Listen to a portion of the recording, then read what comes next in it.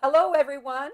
It's Brenda Lee Schlachta. I am your 2019 president-elect for the Women's Council of Realtors, and we are here today in Chicago in the Realtor Building. Isn't that amazing? We're very fortunate because the Women's Council of Realtors headquarters are right here on the second floor. And I'm very excited because I have a special guest with me. Yes, Heather Osier. Heather is your 2019 president of the Women's Council of Realtors.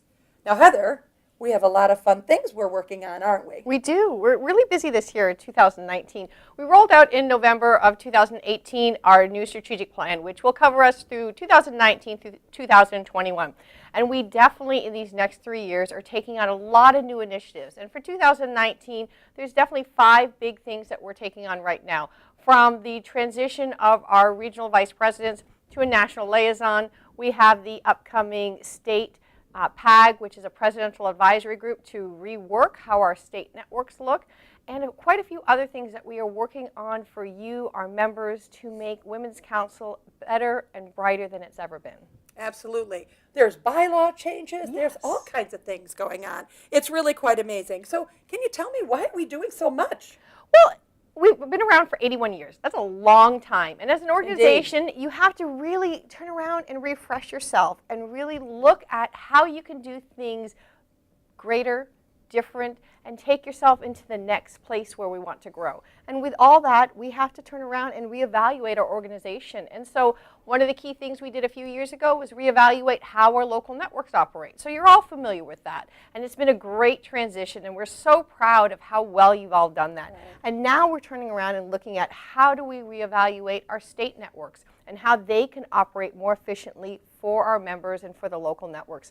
And then we turn around and look at our regional vice presidents and how can we change that and make that stronger for our members. And we want to look at the fact that it's been a 19-year beta test, and how do we take that to the next level? 19 years is a long time to have a beta test. It's time to really put some action to it and create the National Liaison Program. Excellent. Absolutely. There's a lot of good perspective that we take a look at, make the necessary adjustments because we want to be fresh and great for our future, obviously. Yes. So we're here because we're really focusing on 2 things while we're here, right? Yes, we are. So what are those 2 things? Tell everybody. Okay, so we convened this week our state PAG, which is a presidential advisory group. And that is, we brought in a team of people with all different perspectives. We brought in our national leadership team, our immediate past president, Joanne Stevens, and we brought people represented from a small state, a medium state, and a mega state, and also someone from a state that does not have a state network. And we convened and met with our consultant, Jim DeLizia, and talked about the future of our state networks and how we can take those and make them stronger so they provide great benefits to our local networks, because we want them to mentor, we want them to develop leaders, and how do we see them and their role in relation to the local networks and national as a whole. So that was one of the big things we've worked on. The second thing that's happening right now as we speak is our inaugural Leadership Institute.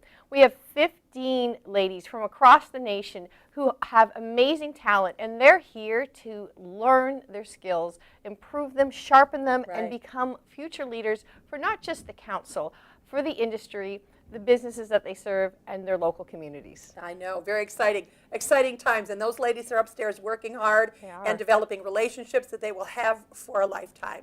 So here's what I want to know, and I'm sure our members do as well. So if I wanted to participate in the Leadership Institute in 2020, how would we go about doing that? That's a fabulous question. So we have the Leadership Development Program, and with that, the LID, Leadership Identification Development, we turn around and identify leaders from across the nation. That's used for also our Leadership Institute that we have, and you can apply for that for 2020.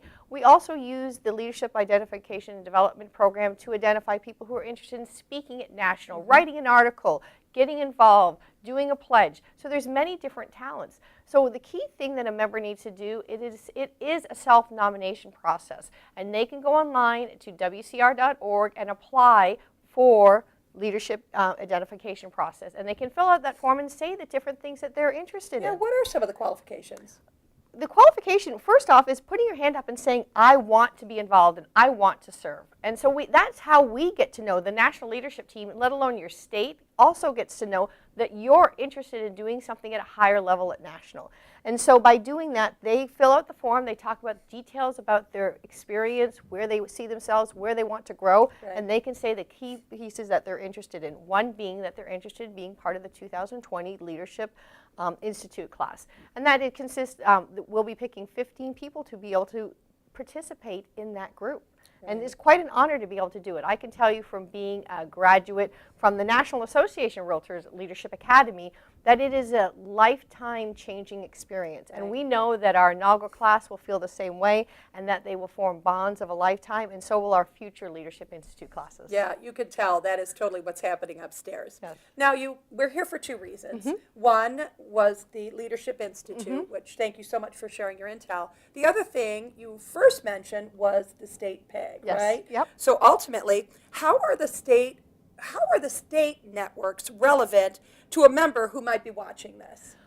State networks provide that in-between piece between national and the local networks.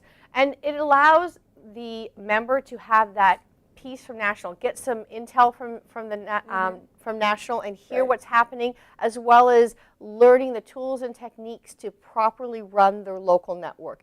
Because really and truly, with all the changes that have happened in the last 3 to 4 years, it's reminding and helping train and bringing forward the strength that the state can provide to the local networks to mentor them, to coach them, to take their networks to the next level. And they're also there for help and guidance and support Right. and all those things that our local networks need. And it's closer to home to be able to have that piece. We have 23 state networks across the nation, and they play a key role in the local networks. Yeah, absolutely. You know, another thing I want to bring off a little bit off topic, though, what about the grant program? Because isn't the state going to be receiving the benefit of the new grant program that's coming together? For the Women in Real Estate Yeah. program? That's a great question. So that is actually a grant program that is in combination. Women's Council of Realtors National is working alongside the National Association of Realtors to create a grant program for any local, state, or local and state associations that are looking to put on a Women in Real Estate type program.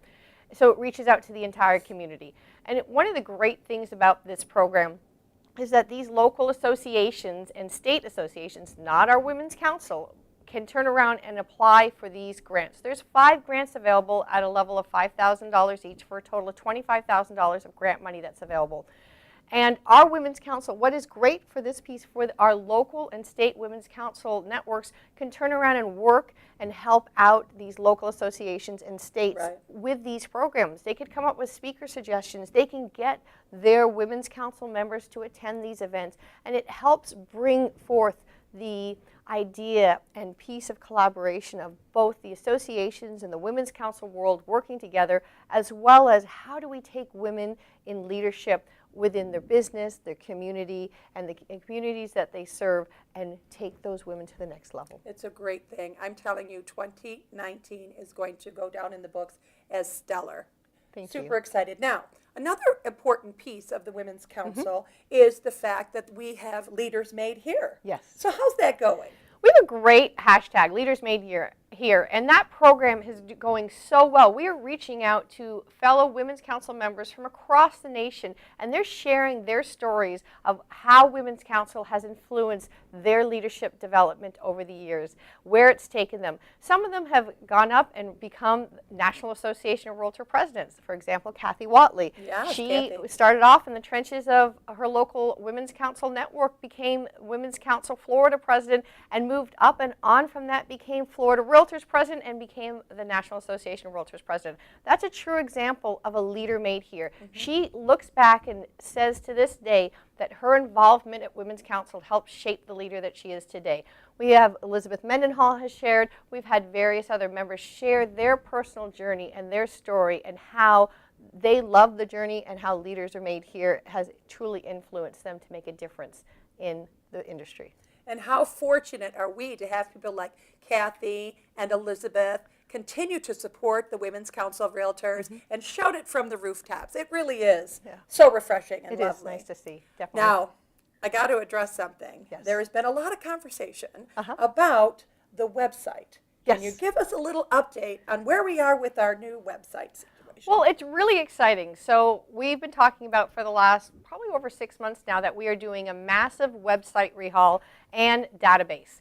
The back end that runs Women's Council for our local networks, for our state, is the database. And with that change, we are taking information that will be so valuable to our networks that they can use to be able to promote Women's Council, to be able to connect with their members on a whole different level. And that database is the back end of it. The front end, what our members get to see and the public gets to see, is the website. So that is also being completely refreshed. It's going to be faster, easier to find things, more efficient. So Less frustrating. Less frustrating. Less frustrating. Isn't that a nice piece? Lovely, Oh, yeah. yes. So it will be new, shiny, fresh.